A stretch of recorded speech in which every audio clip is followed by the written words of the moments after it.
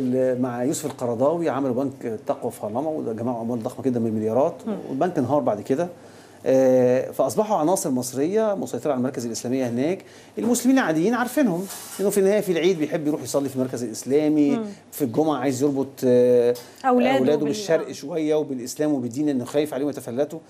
ولكن ما فيش واحد عاش في المانيا ينتمي للتنظيم من جوه المانيا الا اذا كان من مصري، كان اخوان هنا وراح بيحضر الدكتوراه اول ما يوصل لمرحله الشك دي يبقى ده بدايه العلاج، وخرج من مجموعته من الغرق. كان ضيفي تاكيدا لكلام حضرتك احد المنتمين للجماعات الجهاديه، وكان تم اعتقاله 18 سنه. هو كان من مطروح، منهم 17 سنه متواصله، وكان من الناس اللي دخلوا في مساله المراجعات.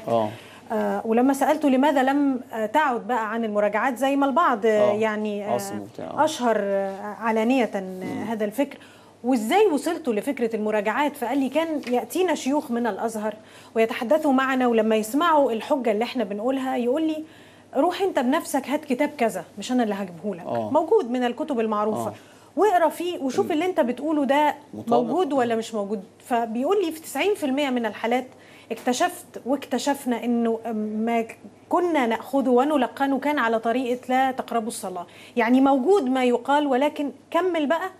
فتجد ان الفكره تختلف تماما، ودي كانت بالنسبه له وبالنسبه للاخرين يعني المستويات تعليميه متدنيه، فهو بيعتمد على الرسائل اللي بتجيله من من الجماعه. المهم انا قصدي فكره التسكين اللي هو الخوف على الفرد او العضو الاخواني، فيجي مثلا واحد يطلع من مصر هو اخوان مسلمين. المشهد قدامنا مره اخرى من محيط قصر القبة. التظاهرات الحقيقة شايفين انه في تسلق كمان لأسوار القصر الآن، وكان في على الجدران تشويه واضح لجدران هذا المبنى. والحقيقة احنا بنتكلم انه دي مش بس ممتلكات دولة